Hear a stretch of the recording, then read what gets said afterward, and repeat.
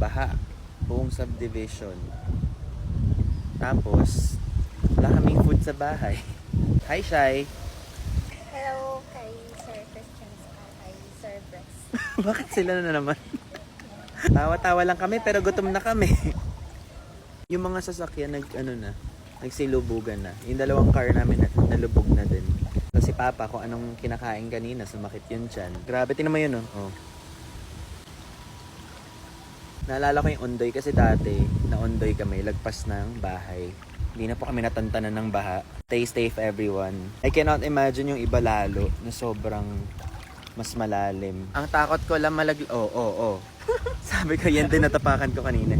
Malaglag tayo sa manhole. Layo pa. May nagsabi kasi sa amin bukas daw yung mercury sa labas. Bago ata tayo dumating may UTI na tayo. Panggal no. Ayan. Boss, malalim sa harap. Dip lang sa leg mo. Uy. Tarang! Kay Ihi Hindi, sarang ka naman si Sir. Hindi, seryoso. Pag umihi ka, ma-infect ka. Papasok yan sa ano mo. Actually, dami kasing basura. So, feeling ko na nabara yung... Buti nakitila yung mga aso. Hindi ko alam kung kita nyo, pero puro mga isda.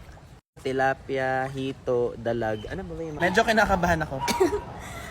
Kasi guys, naglo-loot yung mga tao. Ayan MacArthur Highway. I don't think ready tayo for calamity. Yun yung pinasok nila. So kami bumili.